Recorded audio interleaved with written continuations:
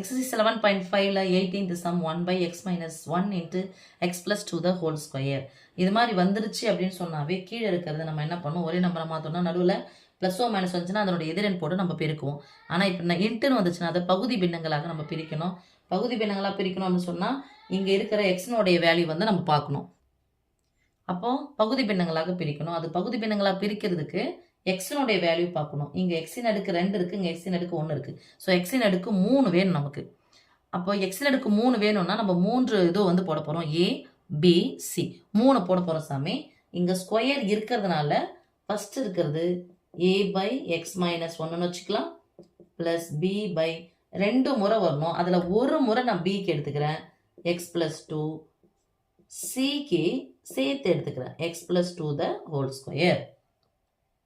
Okay, அண்டர்ஸ்டாண்ட்மா? Equal to இப்போ 1. இப்போ நடுவில் ப்ளஸ்ஸோ மைனஸோ வந்துச்சுன்னா விகிதமுறை எண்களில் பகுதிகளை பார்க்கணும். பகுதிகள் ஒரே மாதிரி வந்திருக்கா? நான் இல்லை, வேறு மாதிரி வந்திருக்கு. இதுக்கு 2 மட்டும் தான் ஒன்றா வந்திருக்கு. அப்போ பகுதிகளில் இது பொதுவாக எடுக்க போகிறோம் பாருங்கள். எக்ஸ் மைனஸ் 1 இன்ட்டு மீசிமா x minus 1 into x plus 2 இருக்குது. இந்த எக்ஸ் ப்ளஸ் 2 அதில் எது பெருசோ அதான் எடுக்கணும். X plus 2 the whole square. இங்கே என்ன இருக்கோ அதுதான் அங்கே வரும். இப்போ இங்கே யார் இருக்காங்களோ அவங்கள மட்டும் விட்டுருங்க, மற்றவங்கள பெருக்கணும். இப்போ X plus 2 the whole square தானே இருக்குது. அப்போ இதை எடுத்து இங்கே பெருக்குங்க. இங்கே ஒரு முறை தான் இருக்குது, ஸோ இதையும் எடுத்து பெருக்கணும். இன்னொரு முறையும் எக்ஸ் ப்ளஸ் போட்டு பெருக்கணும். X plus 2 the whole square. அப்போ எக்ஸ் ப்ளஸ் 2 வந்து 2 டைம்ஸ் வரணும். எனக்கு 1 டைம் தான் இருக்குது. அப்போ இன்னொரு டைம் என்ன பண்ணணும், நான் எக்ஸ் ப்ளஸ் 2ஆல் மல்டிபிள் பண்ணணும். ப்ளஸ் இங்கே எக்ஸ் ப்ளஸ் 2 த ஹோல் ஸ்கொயருக்கு இதை எடுத்துகிட்டு போயிட்டு இங்கே பண்ணணும். அண்டர்ஸ்டாண்ட்மா? இப்போ A of x plus 2 the whole square plus B of x minus 1 பெருக்கணும் இன்ட்டு எக்ஸ் ப்ளஸ் 2 பெருக்கணும் ப்ளஸ் சி ஆஃப் இது இருக்குது, யார் இல்லை, எக்ஸ் மைனஸ் 1 இல்லை, அதை பெருக்கணும். ஓகே, இங்கே என்ன இருக்கும், 1 by x minus 1 into x plus 2 the whole square. பகுதி கேன்சல் ஆகிடுச்சு, ஈக்குவலாக இருக்குது. 1 equal to A of x plus 2 the whole square plus B of x minus 1 into x plus 2 plus c of x minus 1. Right? இப்போ நம்ம மதிப்பு கண்டுபிடிக்கும். ஏக்கு பிக்கு சிக்கெலாம் மதிப்பு கண்டுபிடிச்சதுக்கு அப்புறமா நம்ம இன்டகிரேட் பண்ணிக்கலாம். ஓகேம்மா? இப்போ ஏனுடைய மதிப்பு ஃபுல்லாக 0னா ப்ளஸ் 2 இருந்துச்சுன்னா எக்ஸோடைய மதிப்பு என்ன பண்ணணும், -2 போடணும். புட் போடலாமா?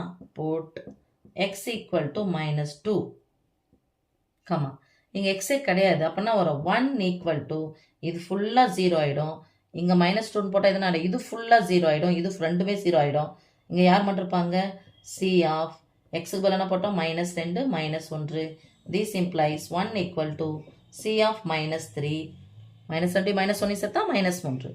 திஸ் இம்ப்ளைஸ் ஒரு 3 சரி பெருக்கலாக இருக்கிற -3 தான் அந்த பக்கம் வந்துச்சுன்னா வகுத்தலாம் மாறும். அப்போ சி ஈக்குவல் டு -1/3.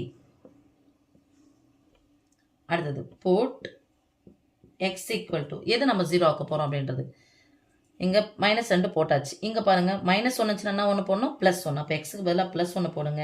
ஸோ இங்கே 1 ஈக்குவல் டு +1 போட்டோம்னா ஏ ஆஃப் 1 + 2 த ஹோல் ஸ்கொயர்.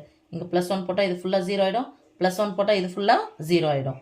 அவ்வளோதான். This implies 1 equal to A of 1 + 3 நம்ம 1 + 2 3 square. This implies 1 equal to A of 9 பெருக்கிறா இருக்கிற 9 அந்த பக்கம் வந்துச்சுன்னா வகுத்தலாம் மாறும். So a equal to 1/3 1/9. இப்போ இருக்கிற 2 இதுவுக்கும் நம்ம போட்டாச்சு. இப்போ யாருடைய மதிப்பு கண்டுபிடிக்கணும், பீனுடைய மதிப்பு. இங்கே -1க்கு +1 போட்டாச்சு, +2க்கு -2 போட்டாச்சு. இதெல்லாம் இதுவாகிடுச்சு. இப்போ பீனுடைய மதிப்பு கண்டுபிடிக்கணும்னா அடுத்து நம்ம எந்த மதிப்பு போடலாம்னா எக்ஸுக்கு பதிலாக நீங்கள் எது வேணாலும் எடுத்துக்கலாம். ஆனால் இங்கே போடாத மதிப்பாக இருக்கணும். எக்ஸ் ஈக்குவல் டு 0ன்னு போடுறேன். ஸோ 1 ஈக்குவல் டு இங்கே 0ன்னு போட்டால் ஏ ஆஃப் 0 + 2 த ஹோல் ஸ்கொயர். 0 கூட எதை கூட்டினாலும் அது தானே கிடைக்கும். ப்ளஸ் பி ஆஃப் 0லேருந்து 1 கழிச்சா -1, 0 கூட 2 கூட்டினா 2, ப்ளஸ் 0லேருந்து 1 கழிச்சா -1. ஓகேம்மா? திஸ் இம்ப்ளைஸ்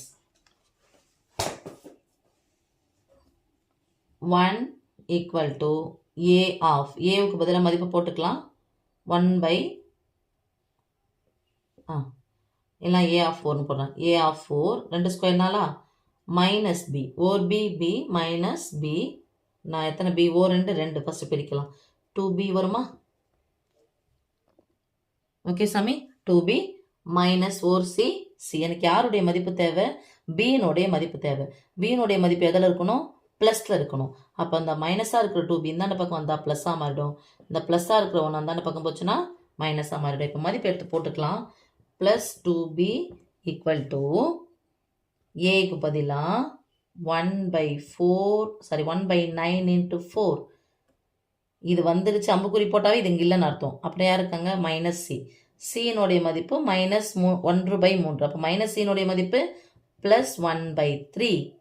இந்த ப்ளஸ் 1 அந்தாண்ட பக்கம் போச்சுன்னா -1, ரைட்? இப்போ நேராக பிறகுனா 4/9 வருமாமா? This implies 2 into B equal to 4/9 plus 1/3 minus 1. இப்போ இங்கே பாருப்பா, இதுக்கு சம்மந்தம் இருக்கா? இருக்குது.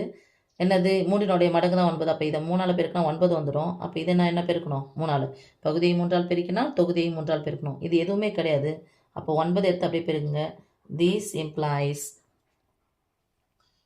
2 இன்ட்டு பி ஈக்குவல் டு இங்கே மேலே 4 இருக்கும் ப்ளஸ் 1 3 3 மைனஸ் 9/9. எத்தனை முறை 9 வந்தாலும் ஒரே முறை. So 2 into B equal to, இப்போ 2b ஈக்குவல் டு பெரியன்லேருந்து சின்னன்னு கழிக்கணுமா? 9லேருந்து 7 கழிச்சா 2 பெரியனுடைய குறி மைனஸ் 2/9. இப்போ 2 2 1 ஆகிடுச்சு, கேன்சல். பெருக்கில் ரெண்டு தானே பக்கம் போனால் வகுத்தில் இல்லையா? So -1b equal to this implies b equal to -1/9. So பியினுடைய மதிப்பு கிடைச்சாச்சு. இப்போ இன்டகிரேட் பண்ணிக்கலாம்.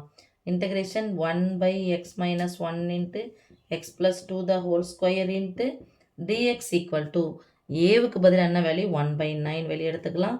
Integration 1/x - 1 into dx plus பிக்கு பதிலாக -1/9 அதையும் வெளியே எடுத்துக்கலாம்.